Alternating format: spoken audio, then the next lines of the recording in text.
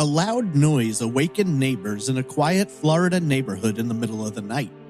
Across the street, they watched as their neighbor pulled out of her driveway and moved slowly down the street in her black car. Moments later, a dull red glow burst into a bright orange flicker as flames shot through the windows of the home. By the time firefighters arrived, the blaze was raging. Not long before sunrise, as the final embers were snuffed out, investigators entered the partially scorched structure. It didn't take long to determine that the fire had been the result of arson, with obvious evidence that an accelerant had been used. While investigators were weighing the possibilities, another fire was called in. This one, 80 miles away, fully engulfed the vehicle of Dori Ann Myers, the woman whose home had been set alight hours earlier. Soon, detectives would learn a bizarre story about two men, allegedly wounded war veterans, who were seen with Dori in the hours leading up to her disappearance. Known to have a soft spot for soldiers, she may have offered them a place to stay and was repaid for her kindness with a violent abduction. However, some believe the story of the soldiers is little more than a cover designed to protect the person truly responsible for the single mother's disappearance and likely murder. This is Trace Evidence, Episode 213, The Disappearance of Dori Ann Myers.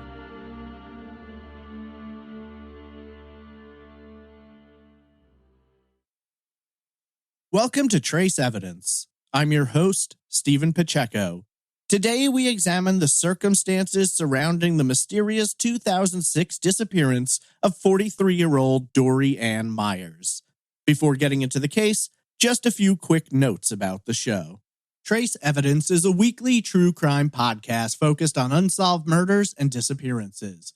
Visit trace-evidence.com for all social media links, episode breakdowns, donation options, and contact information. You can submit case suggestions through the website or by emailing me directly at traceevidencepod@gmail.com. As one final note, this year CrimeCon is taking place in Orlando, Florida, and I'll be there representing Trace Evidence on Podcast Row. Over the last few years, I've had the privilege to meet and talk with so many listeners of the show, both new and original. Attending CrimeCon has become an annual tradition for me, and with each new year, it gets bigger and better. CrimeCon will be taking place from September 22nd to 24th at the World Center Marriott in Orlando, and I'm really hoping to see you there. Whether you're thinking about attending your first CrimeCon or returning for another exciting year, you can save 10% on your pass by using the promo code TRACE at crimecon.com. Save some cash, take a trip, and stop by Podcast Row to say hello. Visit crimecon.com and use promo code TRACE to save 10% off your pass today. 43-year-old Dori Ann Myers was a bright, hard-working woman with a wide circle of friends and a close family. One night in January, she mysteriously vanished as her home burst into flames. What happened to Dori, and who was responsible for this heinous crime? This is episode 213, The Disappearance of Dori Ann Myers.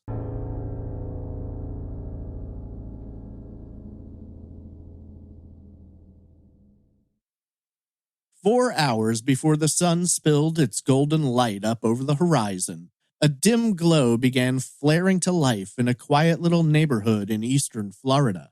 Neighbors, awakened by indistinct sounds, peered out their window and watched as a flickering orange light began growing in intensity behind the home across the street. Quickly reaching for the phone and dialing 911, they watched as the homeowner's car pulled out of the driveway and began slowly rolling down the street, disappearing around the corner just as the intensity of the glow behind the home began increasing rapidly, a nearly undetectable funnel of dark-colored smoke pouring out into the blackness of the early morning sky. Arriving less than 15 minutes later, the fire department pulled in to find flames bursting through the windows of the house and flaring up through the roof. Strangely, the fire itself seemed to be mostly localized to the back parts of the home. Firefighters got lines running and quickly began controlling the blaze. Within moments of the fire department arriving, so did patrol units from the local police. Neighbors who had reported the blaze quickly informed the officers that just moments before the fire, they had seen the homeowner's car driving away. They urged police to go after the woman, believing she may have left without noticing the fire. When the fire was finally snuffed out, much of the home was damaged from both water and smoke. Only a third of the house seemed to have been directly impacted by the flames, and it didn't take long for fire investigators to determine that this had been no accident. It was a clear-cut example of arson, as they would discover the fire had started in multiple places, and while they have never specified exactly what, some type of an accelerant was used. Initially, it was theorized that perhaps the homeowner, 43-year-old Dori Ann Myers, may have set the blaze herself, perhaps to gain insurance money, or maybe for another reason. While police began trying to track down Dori, her family was devastated to learn of the fire and her subsequent disappearance.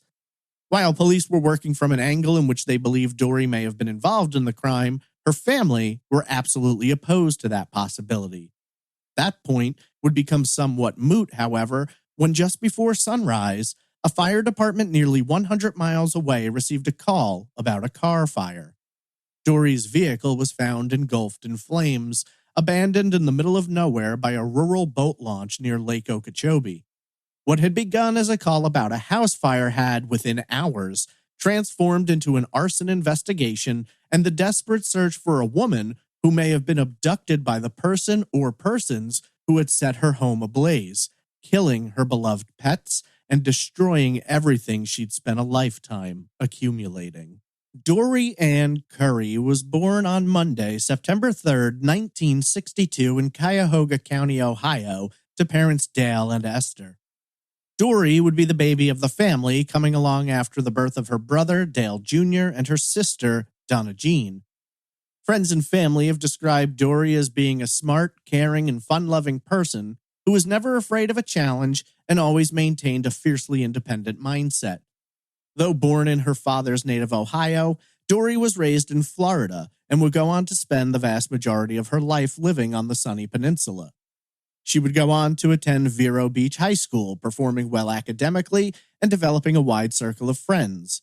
Dori never struggled much when it came to making and keeping friends, with many describing her as full of fun and excitement, with a love of laughter and a warm and welcoming nature.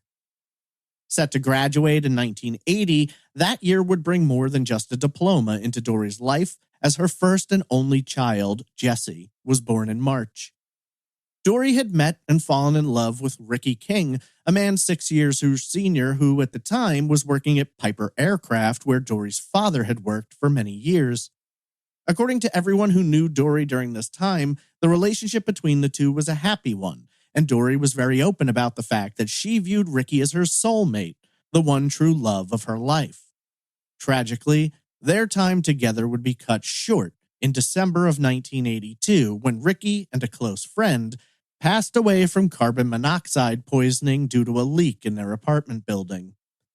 At the time of Ricky's death, both he and Dori are listed in public records as living in Baytown, Texas, a city in the southeast of the state not far from the Louisiana border. It appears that, following Ricky's passing, Dori made the decision to return to Florida, where she would live out the remainder of her life. She devoted herself to her son, wanting to do the best she could to raise him. While being interviewed on the podcast Unfound, hosted by Ed Dentzel, Dori's sister Donna Jean explained that Dori was a fun mother, but a tough one. She considered it a matter of high importance to instill in her son the needs to be self-reliant and independent. Unfortunately, while Dori was seeking out stability and reliability, her relationships oftentimes led in the opposite direction. In the time following Ricky's death, some have speculated that Dori might have felt somewhat alone or concerned about the challenges of trying to be a single mother. This, they believe, may have led to her engaging in relationships with men where there was a slim likelihood of a long-term dedicated union. She would marry and divorce 2 more times over the next decade. First, to Glenn Burkhart, married in 85 and divorced in 86. Then to Stephen Myers, with their marriage lasting not much longer than the previous one had. According to Donna Jean, none of the men in Dori's life could ever live up to what she had felt for Ricky, and following her divorce from Myers, She never walked down that aisle again. The issue with Burkhart had apparently had little to do with his personality and more to do with his behavior, as he was described as a workaholic, and Dori found herself in a relationship where she was alone more often than she wasn't. Donna Jean describes Stephen as a good guy when he was sober, but an angry drunk who wasn't interested in quitting. Regardless of how the relationships ended, most of the time, Dori would stay friends with her exes, hanging out and chatting on the phone. It was almost like once someone entered Dori's universe, they would always be a part of it. Despite the two marriages and dating on and off over the years, Dori never really had a strong male presence in the home and raised her son predominantly on her own. In January of 2006, Dori was 43 years old and living in a home she had purchased in Fort Pierce, a city along Florida's east coast and the seat of St. Lucie County. At the time, she was living alone as her son was in Milwaukee attending college. The three-bedroom single-family home was located in the 8400 block of Salerno Road. Dori was heavily involved with the upkeep and decoration of her home, with neighbors noting that they always saw her painting, fixing things, and bringing in new furniture. The house meant a lot to her. It was something she'd gotten through her own hard work and perseverance, and she was focused on ensuring it always looked its best. Ultimately, Dori had gone to cosmetology school and obtained a license which she would use predominantly as a hairstylist. After moving between different employers over the years, she had gotten herself a seat at a popular salon, Scandals, located in nearby Vero Beach. She quickly developed a long list of clients who loved her approach and her personality. Dori didn't really treat all of her clients like customers, though, often developing friendships with them and hanging out together. As always, Dori maintained her undeniable charm and magnetism, which just seemed to lead people to want to spend time with her. Throughout much of her life, Dori had been a lover of motorcycles and had owned several. Many of her friends also owned them, and they would ride together and hang out at the same bars and lounges. In addition to her love for motorcycles, Dori was also a big-time card player, with her preference set to poker. She was very skilled, often participating in tournaments and frequently winning. Outside of this, Donna Jean stated that she and Dori were extremely close, referring to her as her best friend.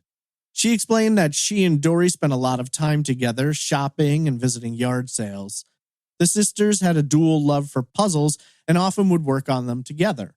And even when they were separated by distance, the two kept in touch with frequent phone calls where they'd watch certain television shows together. At the time, it seemed everything was moving along pretty well. Dori was working, hanging out with friends, playing in tournaments, and working on her house. She was happy for the most part, although there was still an open space in her heart which she hadn't managed to fill. It wasn't something that she thought about too often, but friends would note there was almost a sliver of sadness when Dori spoke about the future, as if the plans she'd made so many years earlier with Ricky still haunted her in that they would never be fulfilled. Unfortunately, whatever future Dori might have been hoping to find, she would mysteriously vanish just a few days into the new year of 2006. The morning of Tuesday, January 10th, began as usual for Dori. That afternoon, she had made plans with her sister to make the 45-minute trip north to Melbourne to take her stepmother to lunch. According to Donna Jean, she called Dori that morning to inform her that she wouldn't be able to make the trip, and while Dori was disappointed by the news, she understood. We don't know with any certainty where Dori went or how she spent the majority of her day, but the timeline becomes somewhat tighter as we approach the evening hours. That night, there was a Texas Hold'em tournament scheduled to take place at one of Dori's favorite hole-in-the-wall spots. The Hillbilly Hideaway has been described as a bar frequented mostly by locals as it's tucked back off the street and hard to find if you don't know it's there. Dori had become familiar with the bar through her job, as the salon where she worked was less than a 5-minute drive away. She was excited about playing in the tournament since a week earlier she'd won. This week, she was looking to step up to the $5,000 table, but, arriving late, she found all of the seats were already filled. Reportedly, Dori decided to hang around and wait for a space to open up. She took a seat at the bar, ordering only water, where she chatted with friends and played video poker for approximately 30 minutes. Finally, tired of waiting, Dori stood up from her bar stool and walked out just before 8 p.m. According to Donna Jean, when speaking on the Unfound podcast, she stated that her sister may have made a quick stop-off after leaving the hideaway, traveling 7 miles south along US 1 to Pineapple Joe's Bar and Grill.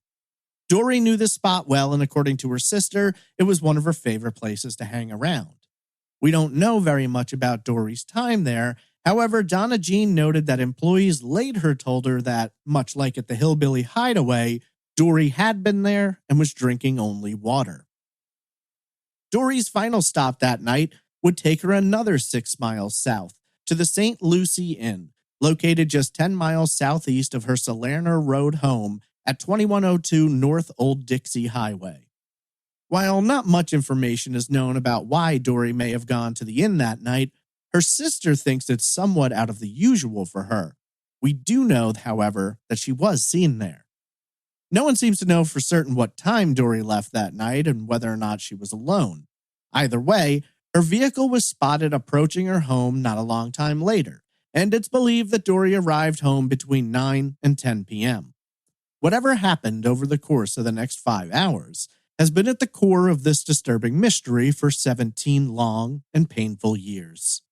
At approximately 3 a.m. on the morning of Wednesday, January 11th, Cindy Gamez, a neighbor of Dori's, was awakened by a series of loud sounds.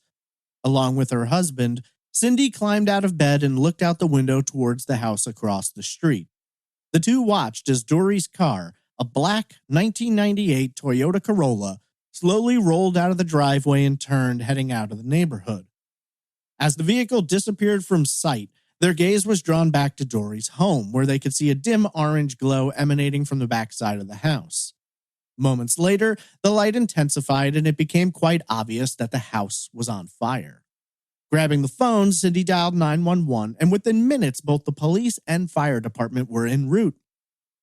The nearest fire station was located just over 2.5 miles from the home, so firefighters arrived on the scene pretty quickly. While the fire had appeared to be growing slowly, by the time the hoses were being used, flames were pouring out of the windows and jutting through the roof. It wasn't a difficult fire to manage, but it was apparent to almost everyone on the scene that night that this appeared to be more than an accidental fire. As firefighters continued working to neutralize the blaze, members of the St. Lucie County Sheriff's Office arrived on the scene and were quickly approached by neighbors, who informed them that they had seen Dori's car leaving the house just moments before the fire broke out. Whether or not officers attempted to track down the car or follow in the direction it had been traveling is unknown. Cindy would later tell authorities that they had heard several sounds that night leading up to the fire. Sometime between midnight and 2 a.m., Cindy stated that her husband heard loud voices arguing in the direction of Dori's home. In response, the couple clicked on their front porch light, which seemed to cause the arguing voices to stop. Later, in the early morning hours, at approximately 3 a.m., the couple was awakened by sounds coming in through a bedroom window. Both reported that they had heard the sound of Dori's garage door opening, followed by car doors slamming, and what Cindy described as a loud pop and may have been the trunk closing. Moments later, the car left the driveway. Neither Cindy nor her husband could get a clear look at anyone in the car and could not state for certain how many people were present or if Dori was there. Now, at the time of their arrival, investigators weren't exactly sure what they were dealing with. While the fire didn't appear to have been accidental, they initially theorized that it may have been set purposefully by Dori in order to cash in on an insurance claim. This possibility was very quickly dismissed by everyone who knew the 43-year-old, as they told police that not only did Dori love that house, she wasn't in a situation where she was barely scraping by or in desperate need of some fast cash. Despite this, investigators weren't quite ready to change their approach, at least not without some more information. Their primary goal in those first few hours was to try and locate Dori so they could find out what exactly had happened. By approximately 5 a.m., the fire at the home was mostly out, and firefighters were going through making sure there weren't any other small fires still burning. The fire had been mostly contained to the back third of the house, with firefighters noting that approximately 30% of the home had been destroyed. Other rooms, which had been partially destroyed from both water and smoke, were estimated to have sustained $50,000 worth of damage. Chief Buddy Emerson would later determine the cause of the fire was arson, noting that the blaze had started in several different places and there was clear evidence that an accelerant had been used. Emerson also stated that a flammable liquid was found at the scene, though it was never specified what exactly it was. Sadly, while sweeping through the scorched home, firefighters pushed open the door to the computer room where they found the bodies of Dori's beloved pets. Emily, a 10-year-old black lab that was chubby enough for Dori to playfully refer to her as Flabalab, and her 6-year-old cat, Miss Priss. It appeared that prior to the fire being set, someone had corralled the animals into the room, something friends and family say Dori herself would have never done. She loved her pets, and she wasn't the type to lock them off into a small room, and she certainly wouldn't have left them to die if she'd known about or had any ability to stop the fire. Around the same time investigators were first getting access to the burned home, a sheriff's department in another county was responding to a call for their own fire. Not long before 6 a.m., the Glades County Sheriff's Office was contacted by an individual who reported a car fire at a rural boat launch near Lake Okeechobee. The car was spotted in Lakeport near the town of Moorhaven, approximately 80 miles southwest of Dori's house. Responding within minutes, the fire department arrived at the scene quickly, but found the vehicle completely engulfed in flames. While they were able to put the blaze down pretty quick, the vehicle itself was almost completely destroyed. When sheriff's deputies ran the vehicle's information through their system, they quickly determined that it belonged to Dori Myers. For investigators, they now had two pressing questions. Who set that car on fire, and where exactly was Dori Myers? Back at the burned home on Salerno Road, sheriff's investigators were notified about the discovery of the car, and quickly their perspectives began to shift from insurance scam to abduction, saying they believed the fire had been set to destroy identifying evidence. While going through the home, they would find additional evidence to support their theory. First, they found Dori's cell phone, left behind in the house, and according to friends and family, she would never have left her phone. Second, and perhaps most pertinently, they located Dori's purse. Nothing seemed to be missing from the bag, and all of Dori's credit cards, cash, and identification had been left untouched. While investigators have never specified whether it was Dori's cell phone or her landline, they did find a series of numbers from people who had recently called.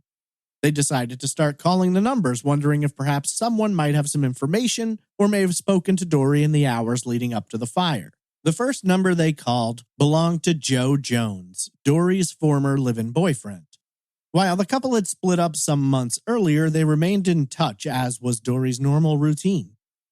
Jones told investigators that he worked as a trucker and he had called and chatted with Dori several times a day. Reportedly, Jones told police that he was in Missouri that night and had called Dori between 9:30 and 10 p.m. Jones told police that he had been frustrated by the conversation, stating that Dori had told him she'd met two United States Marines who were back home after having been wounded in Iraq. Since the men apparently had no place to stay, Dori allegedly told Jones that she had invited the two men to come home with her, offering them a place to stay for the night. Jones later explained the conversation to the Orlando Sentinel, saying, quote, "She said one was going to sleep on the sofa in the living room and the other on a pull-out sofa in the back. It kind of aggravated me that she had brought a couple of guys home, but Dori always had compassion for young people in the military. She felt they were fighting and dying, and she wanted to help these guys out." End quote.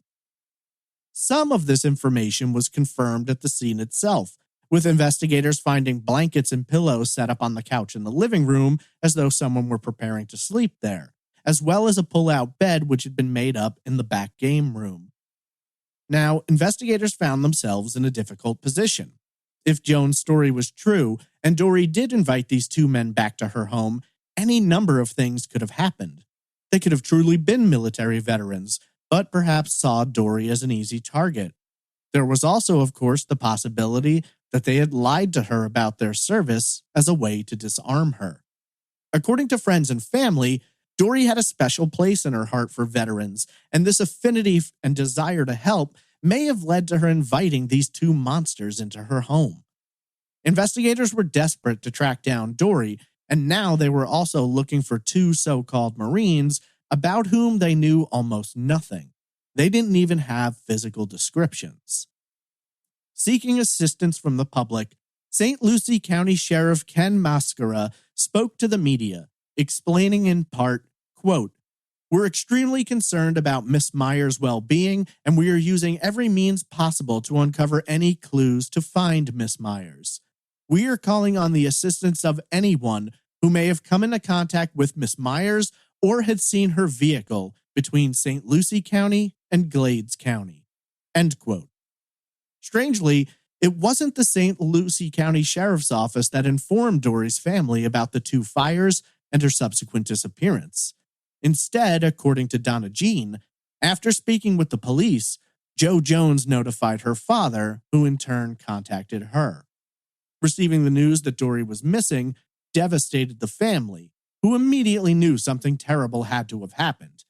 If Dori wanted to leave or run off somewhere, surely she would have done so without destroying her beloved home and killing her pets. In hopes of determining the identities of the two men who may have been with Dori that night, investigators began tracking her movements on the night of the 10th. First, arriving at the Hillbilly Hideaway, they received confirmation that Dori had been there. However, no one had seen her spending time with or leaving with anyone else. Reportedly, Dori was also spotted at Pineapple Joe's. However, again, she wasn't seen with anyone and appeared to be traveling alone. Next, she went to the St. Lucie Inn, where investigators learned about the two alleged Marines. According to a witness at the bar that night, they saw Dori speaking with two women who were accompanied by two unidentified men. Sometime later, the witness reported that the two women were no longer around, but Dori was sitting with the two unknown men. Dori was again drinking water, and the witness believed she spoke with the men for approximately 30 minutes. Nothing suspicious appeared to be going on, and nothing seemed wrong, so no one paid all that much attention. I should also note, another report stated that the two men had come in with one woman and another man who also both left before Dori started speaking with them. No one saw Dori nor the two men leave that night, so whether or not they went with her, no one could say for certain. The witness, though, did get enough of a look at the men to give a basic description to investigators. One was described as a white male who was wearing a white baseball cap. The other was described as having a darker complexion and was believed to have possibly been of Hispanic or Native American ancestry. Lieutenant Jerry Rothman of the Sheriff's Office released these descriptions to the media, labeling the men as subjects of interest and requesting that anyone who may have seen them or Dori to contact investigators immediately. After leaving the St. Lucie Inn, investigators mapped out several different routes that Dori may have taken on the 10-mile drive home. They then drove the different routes, stopping at each gas station and convenience store along the way, showing Dori's picture and giving descriptions of the unknown men in hopes that someone might have seen them. Unfortunately, either the trio didn't stop along the way that night, or they stopped somewhere a little more out of the way. Having put together the last few hours of the night, investigators next focused in on interviews. They wanted to speak with friends, family members, clients, coworkers, and ex-boyfriends, hoping that someone may know the two men she was with that night or might be able to offer some insight into what might have happened. Working off of the very vague descriptions given by the witness at the bar, investigators released composite drawings. These images were printed in local papers alongside photos of Dori and the circumstances of her disappearance. In addition, the images were shown to everyone who knew Dori, but not one person recognized them. Dori's sister, Donna Jean, had been working hard to produce missing persons flyers for distribution and quickly snatched up the composites, adding them to the flyers she was constructing through the use of a copy machine. The family began offering a $5,000 reward for information leading to Dori's safe return, and Donna Jean was out putting the flyers everywhere she possibly could. She later explained to the St. Lucie News Tribune, saying, quote, "We've got to get these people. We've got to find her. She's my baby sister, my only sister, and I just want to bring her home. I want people to look at my sister's face and look at those two men." End quote. Within the first weeks of the investigation into Dori's disappearance, dozens of tips were called into the sheriff's office. Mark Weinberg, a spokesman for the sheriffs, noted that while investigators were working with the information as it was called in, they hadn't yet received a tip that could really break the case open. In hopes of spreading the word as quickly as possible, Sheriff Mascara appeared on several nationally televised shows and discussed the case and its developments, few as they were at the time. Around this same time, Treasure Coast Crime Stoppers began offering a $1,000 reward for Dori's safe return, increasing the total available amount to $6,000. The more time passed without answers, the more difficult it became for Dori's family to sit by waiting. While they worked to maintain their hope that Dori would be returned safely, they couldn't keep the darker possibilities at bay forever. Dale Curry, Dori's father, spoke with the Sentinel about the case and the two men who had been seen with his daughter. He stated, quote, "I think Dori just fell for it when they said they had just returned from Iraq and had no place to stay. She befriended them, and then they turn around and do this. We're afraid she's dead, but why on earth would somebody do that unless they are born killers?" End quote. Within weeks of Dori's disappearance, the investigation was already hitting dead ends. While they were receiving tips, primarily called into the sheriff's office, tracking them down never helped progress the case. January would come to an end with no new information or leads, and February would go the same way. In March, just 2 days before what would mark the 2-month anniversary of Dori's disappearance, her sister wrote an article which appeared in the St. Lucie News-Tribune. It read, in part, quote, "We still have no information on the whereabouts of Dori. Every day that goes by gets more and more frustrating. These criminals are evil and dangerous, and they need to be apprehended. I have to hold on to the hope that Dori is still alive and being held against her will, but I am not so naive that I also know that something more sinister could have happened. We have tried desperately to get Dori's story out there nationwide. We are desperate to find Dori." End quote. Donna, Jean, and Dale were very focused on keeping Dori's name in the public, knowing that the faster the story faded, the faster people would begin to forget. They knew that it was extremely important to keep both the case and Dori's face fresh in the minds of Floridians who may have information they didn't even realize was vital. Dale explained, quote, "If her story dies, we're going to lose all these contacts, all these leads." End quote. Dale stated that it was not uncommon for him to be on his computer late into the early morning hours, shooting off emails to television producers in an attempt to get his daughter's story covered, even if for just a few minutes. Donna Jean said that in order to keep the story from fading, she had enlisted assistance from friends who were helping to spread the flyers all across the country. She also had patches of the flyer made up, which she ironed onto some of her clothing, as well as putting a large decal of her sister on the back of her truck. In late March, the Palm Beach Post put out a detailed article addressing the case and the investigation itself, noting that 73 days had passed since Dori had last been seen, and 72 days had passed since investigators had released any information. By this point, many were beginning to wonder if perhaps the St. Lucie County Sheriff's Office was in over its head. As difficult as it was for everyone involved, it never got any easier for Donna Jean. She buried herself trying to do everything she could to assist, but she was also struggling with issues in her own life, namely her husband, who was at the time on a waiting list for a liver transplant. Times were not easy under normal circumstances, but with Dori gone, it seemed everything got a little worse. Donna Jean acknowledged that sometimes she called her sister's cell phone, not expecting an answer, but just wanting to hear her voice on the outgoing message. "I'm still living at January 11th, she noted. Discussing the details of the case, both Donna Jean and Dale noted their struggle to accept some of how they were told it may have happened. While both acknowledged that Dori had a soft spot for veterans and often went out of her way to help, neither believed she would have brought two complete strangers home for the night. She might have given money, offered a ride, or even paid for a hotel room, but she would never have taken two people back to her place not knowing who they were or what they were capable of. For Donna Jean, the only way those guys got through was if Dori knew them or she knew someone who vouched for them. Joe Jones, for his part, disagreed, saying, quote, "I know if they conned her saying they were Marines, she fell for that." End quote. One interesting new detail was revealed during an interview with Donna Jean, however.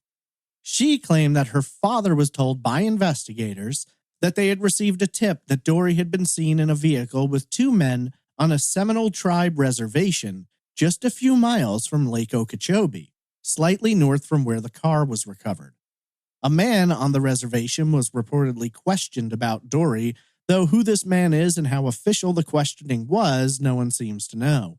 However, a witness from the St. Lucie Inn told reporters that she had been shown a photo lineup which included a picture of the man from the reservation.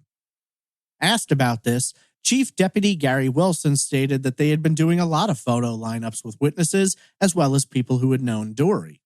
Wilson wanted to make it clear that they were still working the case even if they weren't getting the results they hoped for, explaining, quote, "So far, we have not developed any solid suspects from those efforts. This has not taken on a cold case type of existence at the sheriff's office." End quote. Donna Jean went on to explain that the family was trying to organize a search through the swampy area near where Dori's car had been found. However, sheriff's investigators had urged them not to do so, noting that there was a good chance they could damage evidence during the search since they didn't have the proper training or knowledge of how to handle it. Without anything else to do, Donna Jean kept making flyers and spreading them around the country. Still, she found herself disheartened, as she'd often find places taking the flyers down a month or two later. Frustrated, Donna Jean wondered aloud, quote, "I guess it's not a happy thing to look at." End quote. 3 months later, with the case remaining in a stagnant state, the family decided to organize an event in hopes of raising awareness of Dori's plight. Friends and family members gathered at a flea market along US 1 in Vero Beach on Friday, June 16th.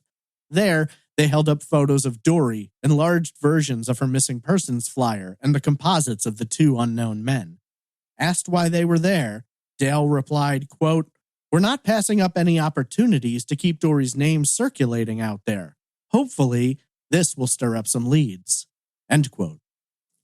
They waved to passing cars, handed out flyers to people who walked by, and hoped to gather up enough attention to get local newspapers to write about the event and therefore keep Dori in the headlines.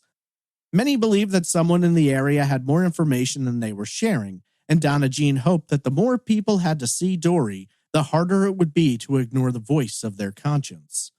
Donna Jean noted, quote, "I've made up signs and posters. I've gone on the computer. Hopefully, someone will come forward and say, I know something about this." End quote. Asked about the case, Deputy Mike Sumner gave a boilerplate statement, saying, quote, "We're following leads that came in through the tip line.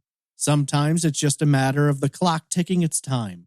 I know the family members are under duress because Dori hasn't been found." End quote. The event was a success, at least in terms of getting the word out. In regard to local papers and television news stations, it worked, and a few articles rolled out. But as quickly as the interest of the media was caught, it was lost.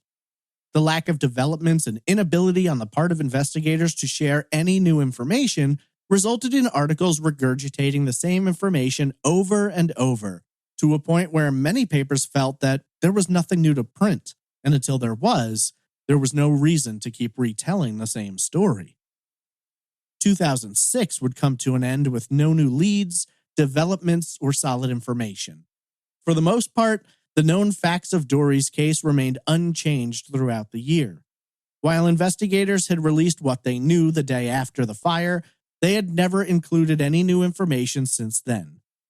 By January 10th, 2007, the one-year anniversary of Dori's disappearance, it didn't look like that was going to be changing. Detective Ron Wentz of the sheriff's office told the St. Lucie News-Tribune that investigators had several things developing. He noted they were pursuing leads and working with other law enforcement agencies, though he would not give any details beyond that. A year after the disappearance of her sister, Donna Jean was finding it hard to keep the faith. She thought of Dori every day, created and distributed flyers, designed a website, and spent much of her free time reaching out to the media in an effort to keep the story alive. Unfortunately, it was an overwhelming task, and without something new, no one appeared to be interested in Dori's tale. Donna Jean explained, quote, "Every day I think about her.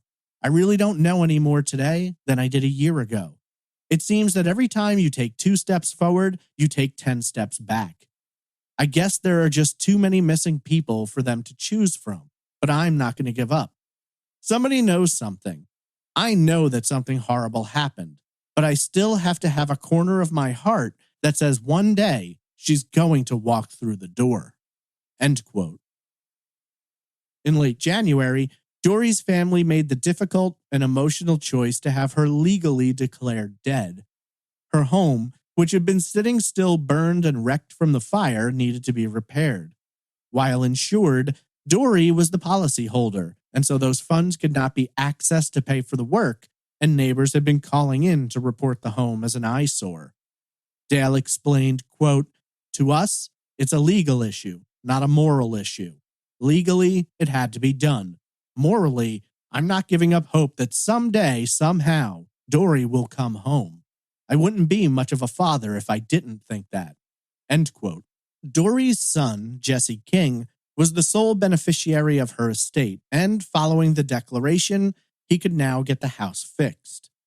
The order, which was signed by Circuit Judge Ben L. Bryan Jr., came through following testimony from family members as well as investigators from the St. Lucie County Sheriff's Office, who stated their belief that Dori had been the victim of an abduction and likely homicide. For Donna Jean, while she understood the legal necessity, she just couldn't bring herself to participate. It broke her heart, and it felt somehow like acknowledging defeat, but she was nowhere near giving up. Over the course of the next year, not much would change. Investigators reported that they received approximately 1 tip a week via telephone and normally were able to track down the lead within a day or two, none of them ever leading to anything of significance. In January of 2008, it was revealed that a private investigation firm, National Investigative and Forensic Examiners, had previously volunteered their time and efforts to take on the case. Jim Hanna, with the firm, told reporters that he believed the case was solvable and he thought his firm could be the one to break it open. During the course of their investigation, agents with the firm had traveled all around the state of Florida, conducting interviews and gathering information. All that they were able to obtain was turned over to the sheriff's office, with Detective Ron Wentz describing them as having a good working relationship.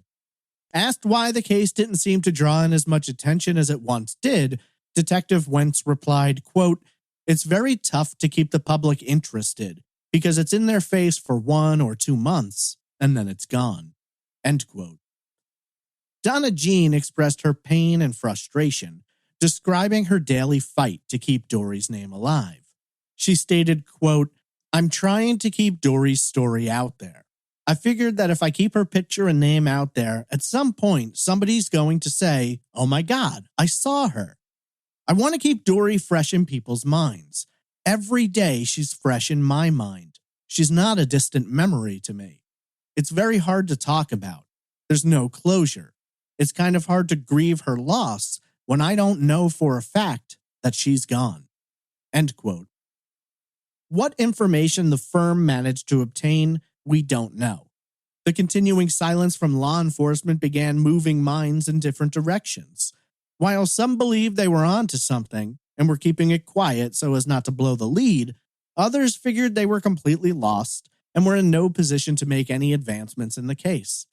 That kind of opinion can easily breed disdain, and there are certainly several people out there who are of the opinion that investigators either were not skilled enough to solve the case or perhaps did not care enough to put in the effort necessary. For their part, law enforcement officers were adamant that they were doing everything they possibly could. Detective Wentz described the case as bouncing from one extreme to the other, saying the case, quote, runs hot and cold. Months can go by and I won't hear anything. Then there'll be a flurry of activity. I've been all over the place with this investigation. I'm still working on active leads. In fact, I got new information as late as last week that I'm working on. It's too early to tell if it's a viable lead or not. I've had several leads that looked promising that didn't pan out. End quote. Wentz would offer few details about this new lead, saying that it involved witnesses who had seen Dori with the two unidentified men, but no additional details were supplied. Unfortunately, this is kind of where the investigation into Dori's disappearance seems to hit a dead end. Time continues moving forward, and while no one forgot about Dori, life has a way of pushing you. Days turn to weeks, weeks to months, and months to years. Tragically, on Wednesday, April 22nd, 2015, Dale Curry passed away at the age of 78. For the last 9 years of his life, he tried to live to the best of his abilities while also hoping each day for news of his missing daughter. An Army veteran who had served in Korea, Dale was a well-respected member of the community and beloved by his family.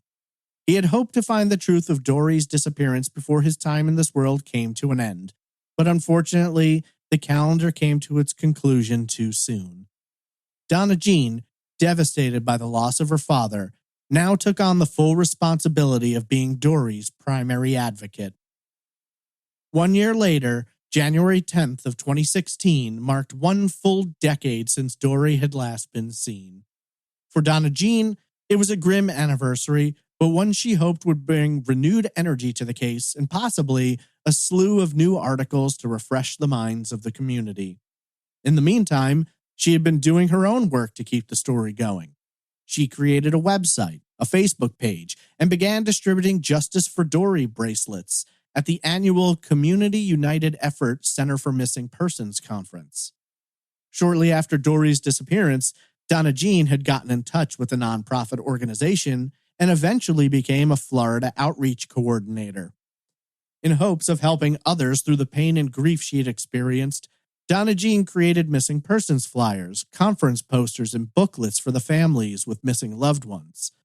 Her Facebook page became, in essence, a tribute to her work, as she was often uploading new missing persons flyers, hoping to spread the word about the cases and keep their names alive, just as she had been doing for her own sister all those years.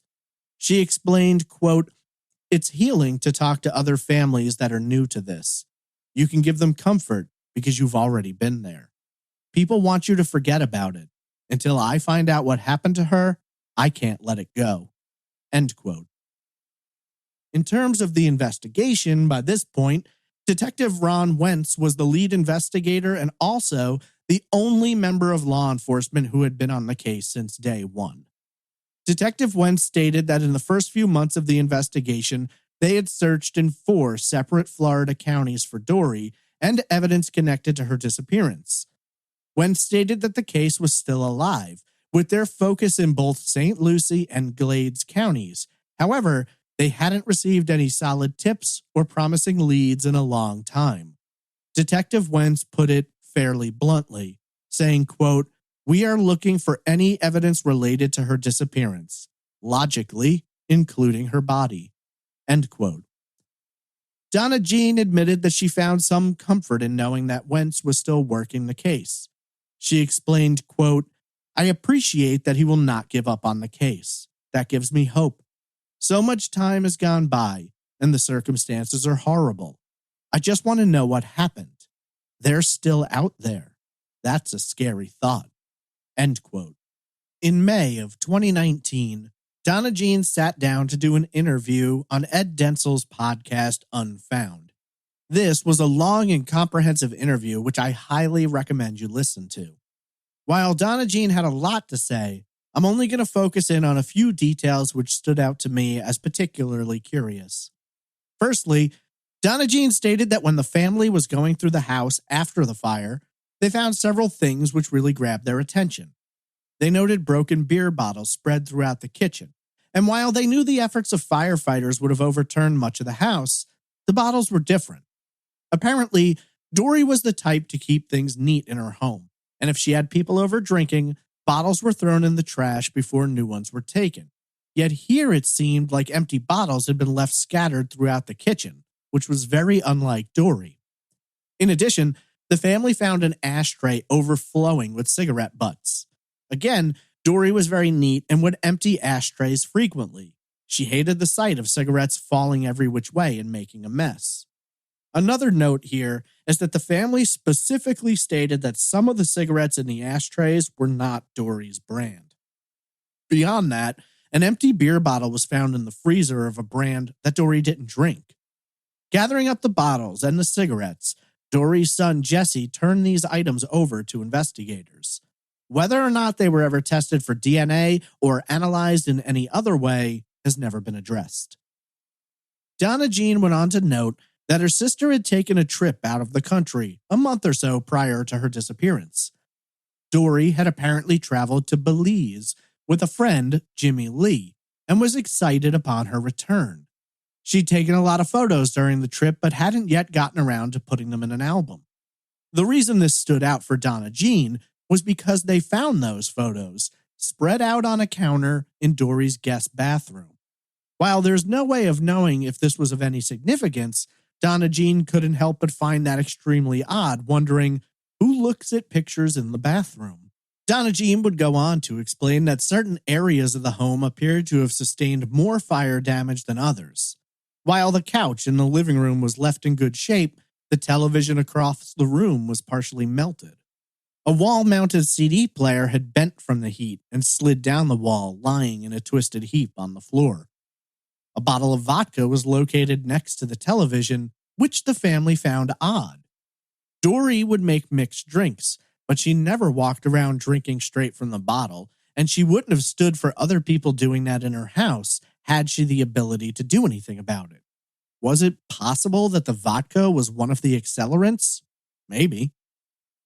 Dori's bedroom had also been involved in the fire, although again, it looked like the blaze was mainly focused in on a particular area. According to Donna Jean, her bed had been burned out, but one side had burned much more than the other, and it looked as though the blankets were missing. Donna Jean noted that the side of the bed which had been burned the worst was the side Dori usually slept on. Throughout the rest of the house, all of the windows had been closed. Not only had someone shut them, but they had done so with such haste that in many instances the curtains were partially hanging outside of the house. A baseball bat, which Dori kept next to her bed for security, was also missing. In addition, Donna Jean stated that a rifle, which belonged to Dori's son, was found broken in two pieces, with one being left near the front door and the other next to the couch. Donna Jean noted that there was no ammunition for the rifle in the house, leading her to believe that if Dori had taken that gun out in defense, she had to have been in a desperate situation. Unfortunately, this would be the last major interview in which Donna Jean would participate. 5 months later, on Saturday, October 26th, she passed away while surrounded by loved ones. She was just 59 years old. Donna Jean had never lived an easy life, but she'd lived one full of love.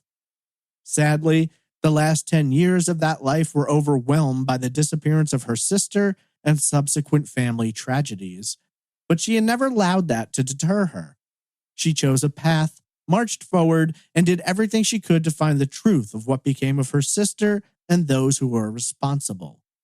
Her light may have been extinguished before her work was through, but the echoes of her efforts will ring for years to come.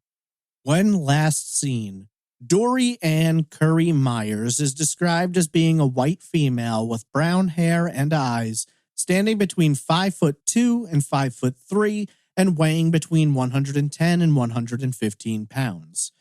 Dori has the following tattoos: a wizard and a Harley-Davidson emblem on her back, a rose on her left earlobe, unspecified tattoos on her abdomen, each buttock, and one extending down her left thigh. She has a 4-inch scar on her right shoulder and pins inserted into the ankle. She may wear eyeglasses or contacts. Dori is believed to have been wearing 3 gold necklaces when she disappeared. One with a hairdresser's scissor charm, one with a charm reading Lil Sis, and one with a Harley-Davidson motorcycle charm. Dori was last seen at the St. Lucie Inn, 2102 North Dixie Highway, on the evening of Tuesday, January 10th, 2006. She may have been in the company of 2 unidentified men who claimed to be Marines wounded in battle. One, a white male wearing a white baseball cap, the other, a male of either Hispanic or possibly Native American origin. Her car, a 1998 Toyota Corolla, was found burning at a rural boat launch between Lakeport and Moorhaven, 80 miles southwest of Dori's home near the west coast of Lake Okeechobee. Dori was 43 years old when last seen, and if alive today, she would be turning 61 this year. 17 years have passed since Dori Myers left the St. Lucie Inn and mysteriously vanished as her house was set ablaze. For nearly the entire time, information has been limited and developments few, if at all. Almost all of Dori's immediate family have since passed, with her son Jesse still alive and hoping to one day learn the truth of what happened and to see those responsible face justice. Donna Jean dedicated the last years of her life to trying to find her beloved sister. When she created a website to try and spread word of the case, she included a poem she had written about Dori, her love for her sister, and her desperate need to find her. It reads, "You were my little tag-along, but I didn't mind. There was a big world out there we had to find. Our lives were hard, but we played the hands we were dealt, wondering if anyone knew just how we felt. Years of sacrifice just trying to belong. Then before I knew it, you were gone. No more the responsibility of watching over you. The real world has come into view. How I yearn for your sometimes annoying ways and to bring back our happiest days. You looked up to me. I never understood why. Your faith in me makes me cry. My heart is breaking, always aching for my little tag-along. Your disappearance is just so wrong. I wait impatiently for news of your whereabouts, always nervous and so full of doubts. I pray, I cry, I scream. I wish this all was a dream. I'm so full of anger and rage. My feelings are so hard to gauge. With God's good graces and wills that be, I hope to have you home again. So many things we have yet to see. Please come tag along with me. To my sister, my best friend. I love you, Sismo."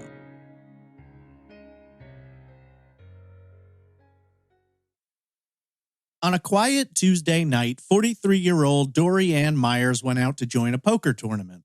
When she arrived late, she couldn't get a seat at a table and decided to head off to a new location. Not long after, a witness saw her speaking to 2 unidentified men at the St. Lucie Inn, approximately 10 miles from her home in the 8400 block of Salerno Road, Fort Pierce. From there, almost everything we know comes from one primary source, who spoke to Dori on the phone sometime between 9:30 and 10 p.m.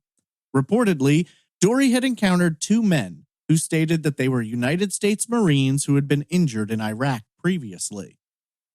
Dori, known for having a soft spot for members of the military, spent approximately 30 minutes with the men before leaving the inn. According to her ex-boyfriend Joe Jones, when he called that night, Dori told him the story of 2 men and said that she'd offered them a place to stay for the night. One would sleep on the living room couch, the other on a pull-out bed in the back game room. Just a few hours later, fire erupted from the back of the home as Dori's black 1998 Toyota Corolla was spotted slowly driving away. Fire department investigators determined the fire had been arson, noting that it had started in several different locations and an accelerant was clearly used.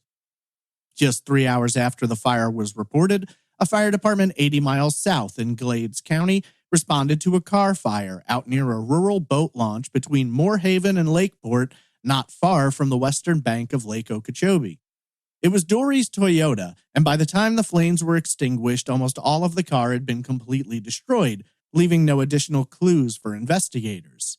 So, detectives of the St. Lucie County Sheriff's Office found themselves in a tight spot. Had Dori been abducted and killed by 2 random men she invited back to her home, or was it possible that she or someone she knew those men? Thus far, if anyone did know them, they had chosen not to speak up about it. With few options, almost no evidence, and a thin flow of tips, the desperate search for Dori quickly took on the shape of a homicide investigation. That's the basic info of Dori's case, and for the most part, that little summary represents almost every known or confirmed detail of this case. While investigators spoke about the case somewhat openly the day after the fire, 17 years later, they've said almost nothing. There have been statements made that leads are being pursued, the case remains active, and it's still being worked. However, there haven't been any results. And while some believe this is the result of a poorly organized investigation, others have noted that there was never a lot of evidence to work with. From poor descriptions of the two unidentified men, leading to very vague composites, to many people who saw Dori that night but didn't see the men, didn't see her leave, and didn't know anything about what was going on. This is seemingly an instance where a popular local woman went out, was seen multiple times, and then everything turned into a bizarre mystery. Now, before we continue, I do want to make a special note. During my research and the writing of this episode, I reached out to investigators at the St. Lucie County Sheriff's Office. Specifically, I requested an interview with someone who had knowledge of the case and might help fill in some of the blanks. As I'm sure you've noticed, this is a case full of holes, and it's truly hard to read the lay of the land when giant patches of your map are missing. As a credit to the sheriff's office, they did get back to me. And while they didn't want to provide me with a live interview where I could ask questions as we go along, they did agree to review my questions and provide answers where they could. I submitted a document consisting of 20 different questions dealing with all different aspects of the case. I asked about certain individuals, persons of interest, the two unidentified men, the collection of evidence after the fire, details about the destruction of the car, and a lot of other things. As of the release of this episode, I haven't gotten those answers. However, should I get those answers and they give me details that I'm looking for, I'll issue an update with the pertinent information, as long as they're not answers like we can't answer that because it's an ongoing investigation. So, while I know the investigators in this case have come under a lot of fire and not necessarily without cause, I did want to make it clear that thus far they've been accommodating and helpful during this production. Usually, in a case like this, what I do now is go over the theories, see what fits, what doesn't, what makes sense, or what doesn't make sense. Since this case has had so little information released over the years, we don't exactly have any official theories to work off of. Instead, we'll focus on the circumstances of the case and the different possibilities. These include the two men seen with Dori that night, Dori's ex-boyfriend Joe Jones, and a possible secret boyfriend from Fort Myers. We'll start with the so-called Marines. We have almost nothing on these guys. From what information investigators have released, they stated that they spoke to a witness at the St. Lucie Inn who saw Dori with the men. While the witness did not appear to know who the men were, this person said Dori spent approximately 30 minutes hanging out with them.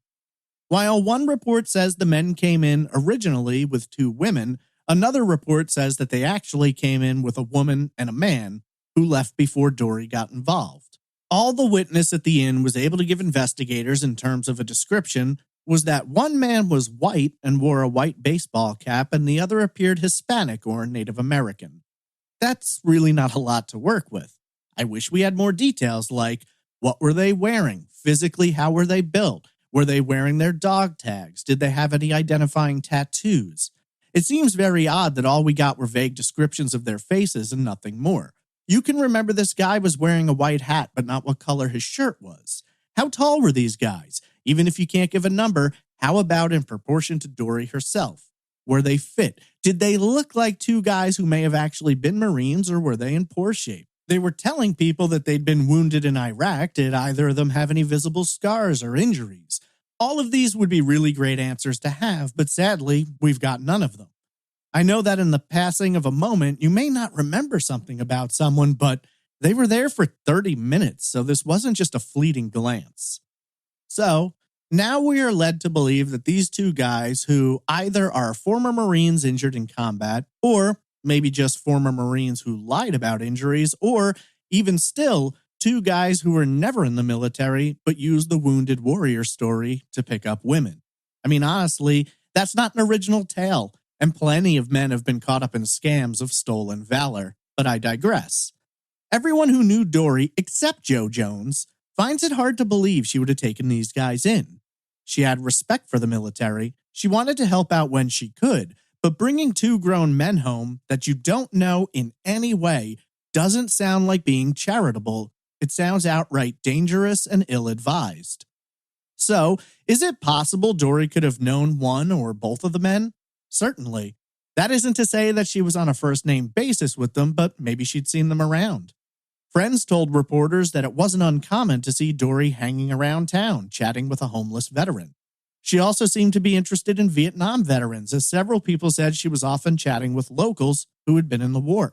So, surely, there's a possibility that Dori met these guys through a friend, perhaps another veteran, or just in the normal course of her daily life. But let's buy it for a second and agree. Dori meets these guys, they tell her their story, she's moved by it and decides to offer up her place for the night. Apparently, these two Marines had cash in their pockets to go to the bar for drinks, but none in regard to getting a hotel room or someplace to stay. In addition to this, since only Dori's car is seen coming and going that night, are we to also be under the assumption that they didn't have their own mode of transportation? If so, how did they get to the bar? Had people seen them lingering around town in the days before the fire? Did they have to come back to the area to pick up a vehicle? Again, all important questions without any answers. I guess one thing about this situation that I struggle to accept is the timeline. Dori goes out to play a poker tournament, one that means a lot to her, but somehow manages to arrive late enough to miss out on getting a seat. That, in and of itself, seems odd, since this was a tournament where she could have won up to $5,000, and it seems unlikely she'd be cavalier about it, especially since she was hoping to earn enough to get into a bigger tournament in Nevada. After waiting for a while, she goes up and heads off to Pineapple Joe's. Then she moves down to the St. Lucie Inn. Now, according to Donna Jean, Dori knew the inn, but it wasn't exactly a place she preferred over others. To the last day of her life, Donna Jean could never understand what caused her sister to go to the inn that night. Either way, this is where the encounter with the so-called Marines takes place. Again, something that I find odd.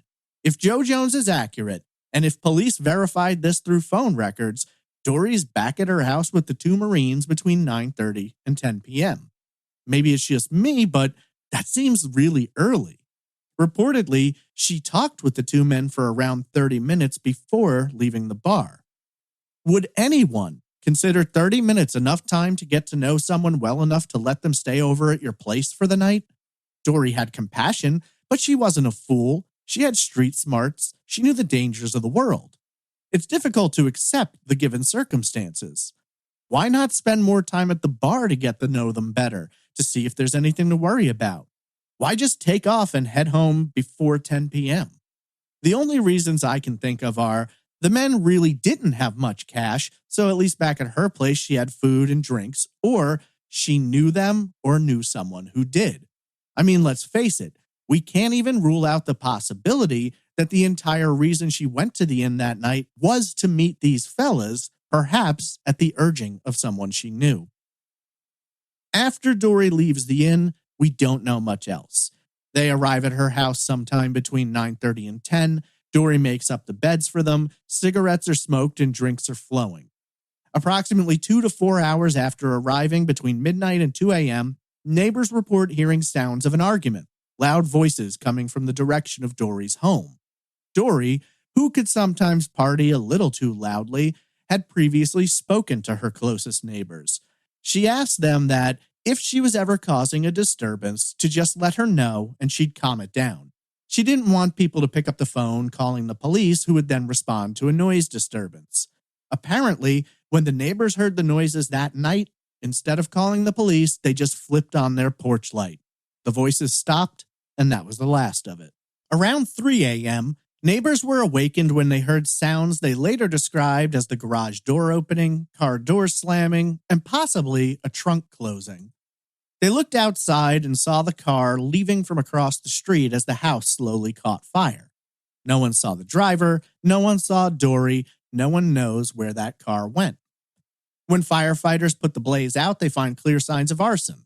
The fire started in multiple places. An accelerant was used. The fire was contained to certain areas. They opened up the computer room door and found Dori's beloved dog and cat dead. A cruel act perpetrated by someone who locked those animals up knowing they were going to set that house on fire. The question many people have had, including me, is what was going on with Dori during the time the assailants were spreading the accelerant, locking up the pets, closing all the windows, and igniting the flames. The smart money says she was incapacitated at this point, or maybe dead. No one who knew Dori believes she would have gone quietly. So obviously something went wrong that night. The theories here could be endless. Maybe Dori caught one of the men trying to steal something. Maybe one or both of them wanted to sexually assault her. They sneak into her bedroom after she's gone to bed, and a big struggle ensues. Maybe this is when the baseball bat from next to her bed goes missing, or when the rifle is pulled from the closet and broken into 2 pieces. Either way, it seems likely that after Dori is either badly injured or outright killed, the cover-up goes into action. They want to act fast, they want to destroy evidence of their involvement, and they want to get the hell out of there. If that is the case, then why do they not leave until 3 a.m.? What were they doing in that house for several hours? Maybe things had gone well for a while before they got out of control. Or maybe, for the majority of the time that they were in that house, they were harming or had already killed Dori. So, they don't know if someone might come by in the morning or if someone has a key. They can't just hang around in the house waiting for the right time to get away. So instead, they do what seems most easy. They wrap Dori up in her own blanket and put her in the trunk of the Corolla. They then go into the house, spreading flammable liquids and picking up anything they may have left behind. Then, they ignite the blaze and go out into the garage. Moments later, they're driving off in Dori's car. Here's the thing, though. These clearly were not experts. Setting a house on fire, despite what you may see in movies, is not an easy thing to do. Even with the use of an accelerant, you have no way of knowing how the fire will spread or if it will burn out. The sheer fact that all of the windows were closed speaks of a lack of knowledge of how fire works, since the better the flow of oxygen, the stronger the fire is going to burn. Mostly, the areas which were destroyed by fire were the ones which had the accelerant directly applied to them. While the television was melted, the videotapes beneath it were fine. It seems pretty clear that the killers wanted the whole house to go up, but they overestimated their efforts. So what happens next? We can't be certain, but less than 3 hours later, Dori's car is found burning in the middle of nowhere just west of Lake Okeechobee. The drive from Dori's home to where the car was found is approximately 76 miles southwest. The most direct route was via Florida 70 and 78 East, with the total driving taking approximately between 1 hour and 20 minutes and 1 hour and 35 minutes. So, if they had driven directly to the spot where the car was found, they should have arrived between 4:30 and 5 a.m. However, the fire isn't called in until nearly an hour later, which suggests that somewhere between Dori's house and that rural boat launch, the car made another stop. Some believe the killers proceeded to another location where they had left their car. One followed the other down to the boat launch, they lit the car on fire, and then drove off together. This spot where the car was found, I'm not kidding you when I call it the middle of nowhere. This is not a place you'd randomly stumble across. This is not a place you would just know about if you didn't have some knowledge of Florida geography.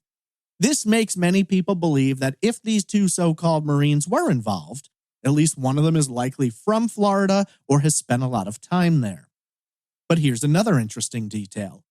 One of the men seen with Dori that night was described as possibly being of Native American ancestry.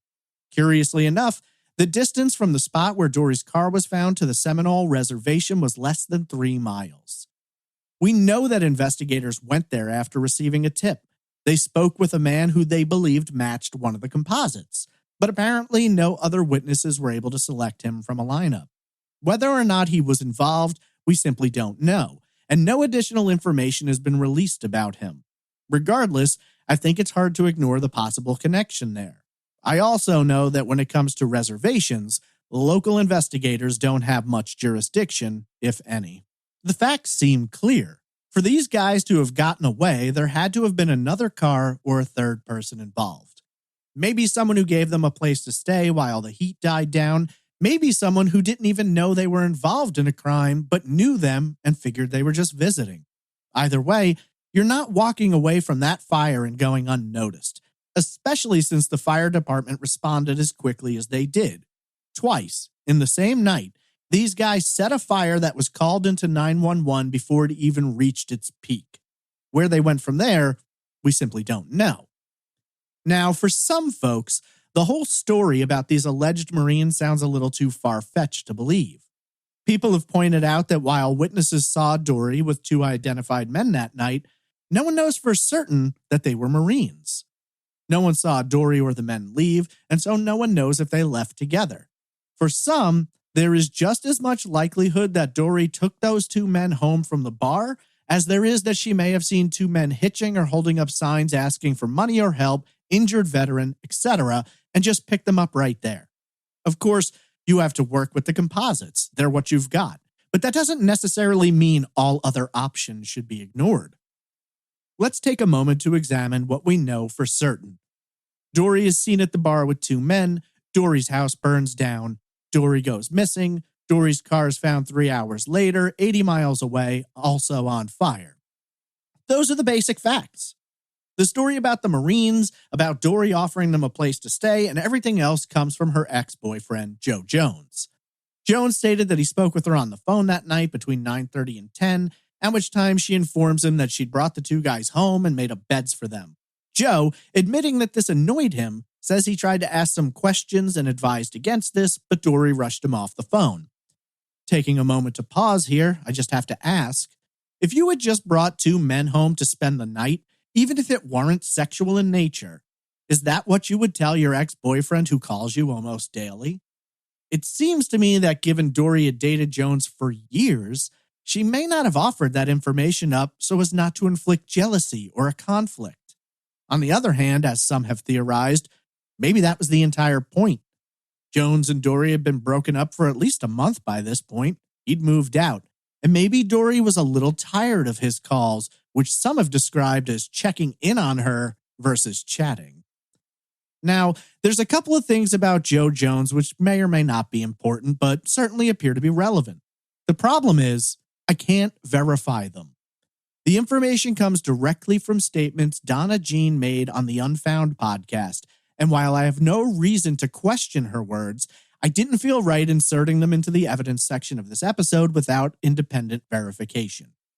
Given that rather robust and wordy disclaimer, I'm going to go into a few of the details here in the theory section so long as it's understood we cannot verify these statements, at least not yet.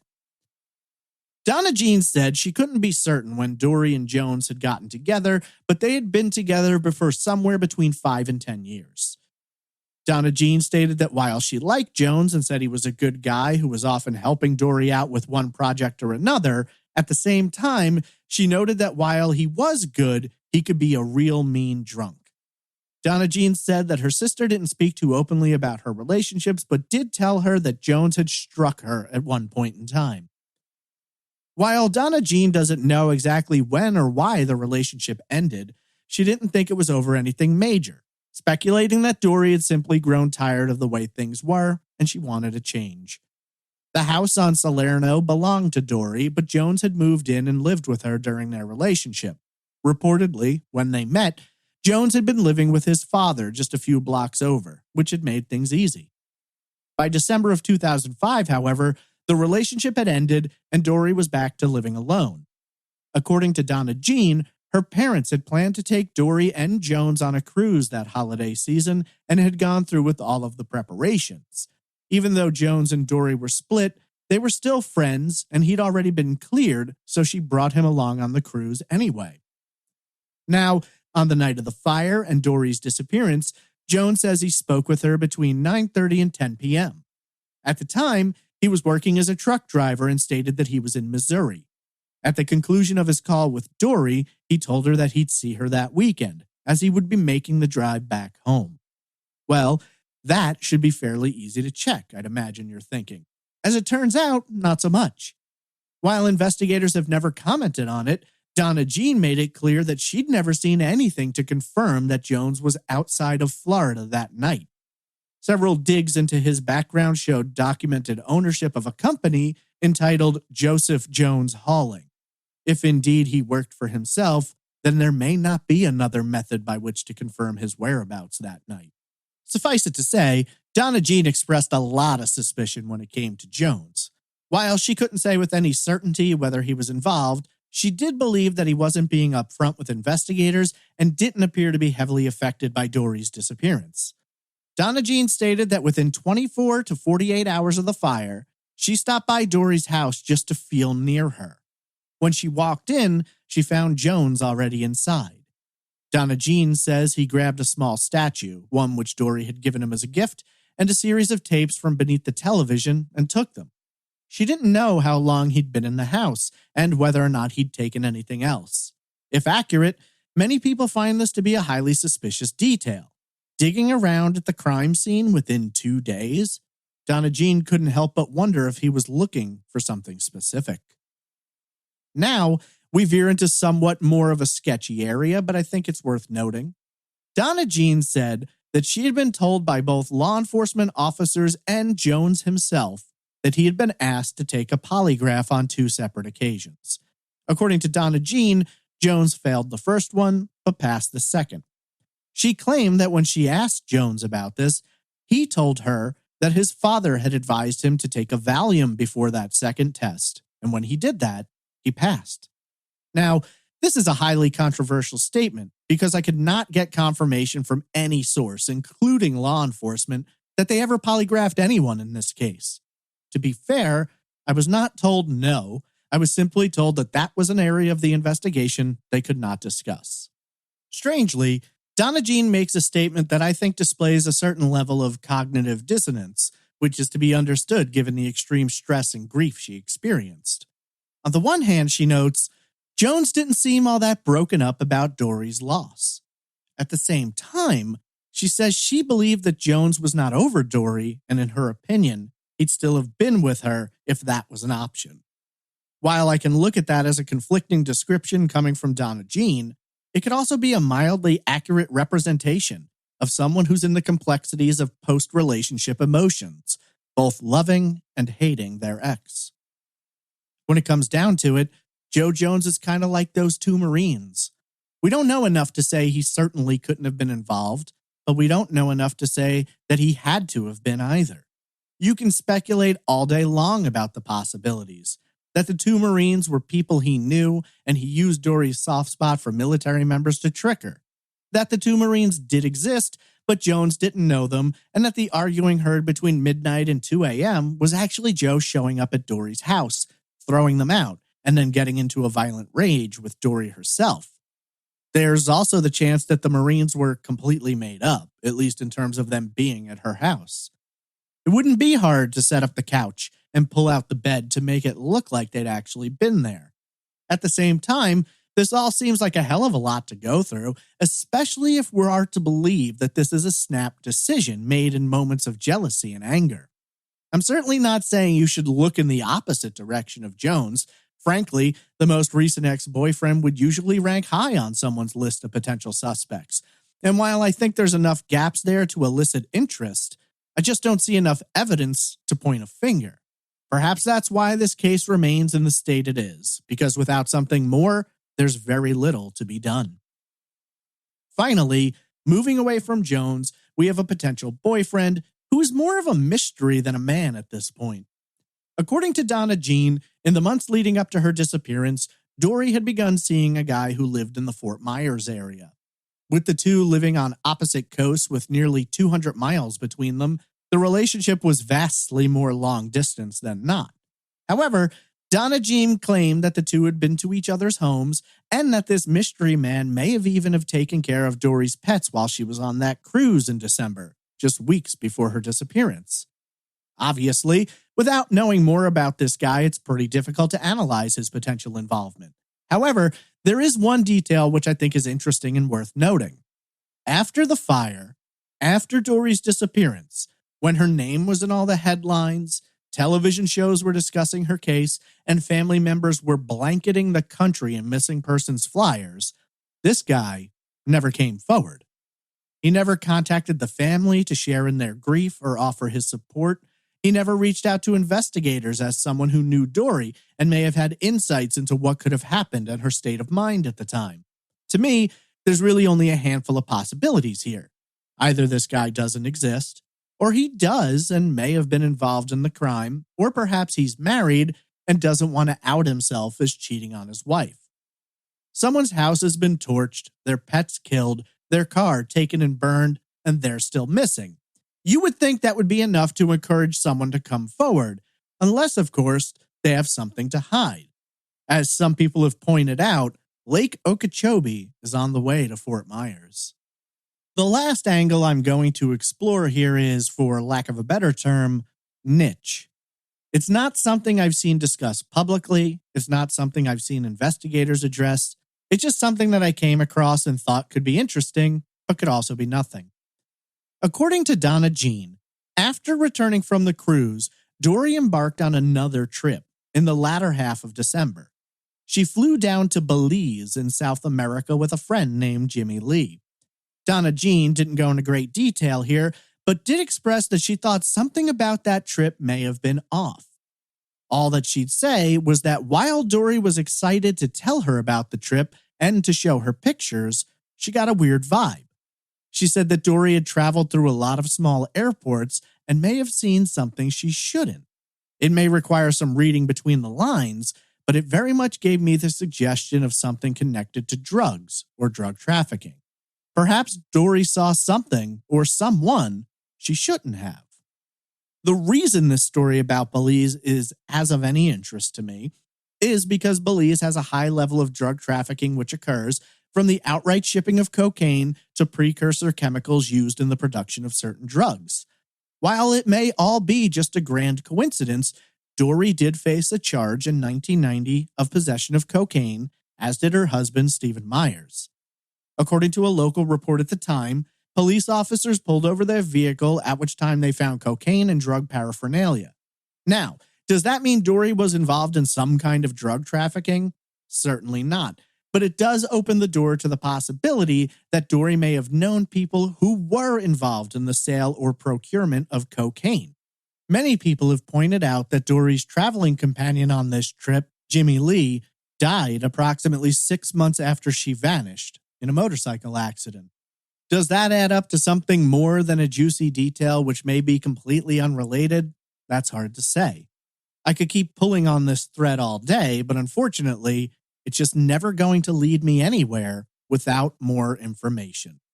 And that's what this case mostly comes down to, doesn't it? A severe lack of information, witnesses, evidence, and answers. Dori Myers vanished more than 17 years ago, and all this time later, we're still asking the same questions, looking in the same places, and considering the same circumstances. Very little has changed, few developments have evolved, and almost no leads have panned out. Dori's family knew how important it was to keep her name in the headlines, because you just never know who could be reading that day and realize something they thought they'd forgotten. Someone out there knows what happened that night in January of 2006. Unfortunately, unless someone comes forward, new evidence is uncovered or Dori herself is recovered. The disappearance of Dori Ann Myers will remain open, unsolved, and growing cold.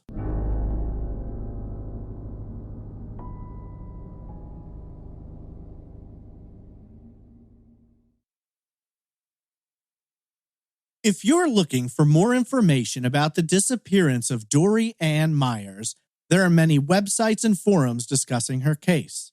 The most helpful sources for this episode came from the Orlando Sentinel and the St. Lucie News Tribune.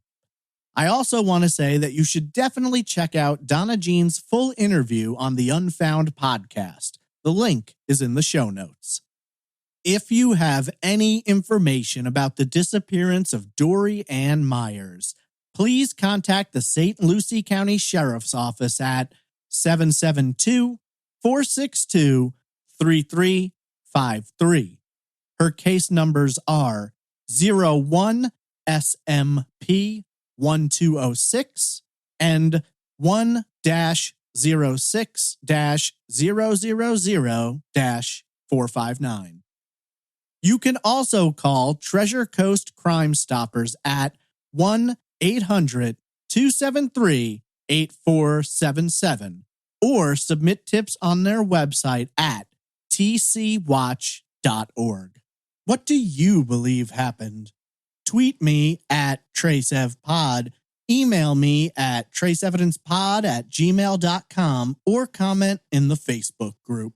At this time, I'd like to take a moment to thank our amazing Patreon producers: Alicia Lorraine, Andrew Guarino, Ann Bertram, Camelia Tyler, Christine Greco, Danny Renee, Daerthy, Denise Dingsdale, Diane Dyson, Eloanne Meyer, Fabulous TT, Guilherme Pinto, Jennifer Winkler, Julie A. Mangano, Justin Snyder, Kara Moreland, K.Y., Lars Jensen Fengel, Leslie B., Madison Lahoulier, Marla Wright, Melissa Breckeisen, Nick Mohar Shores, Sarah Lyons, Travis Skepko, Stacy Finnegan, Stephanie Joyner, Stephanie Eve, Tiffany Nelson, and Tom Radford.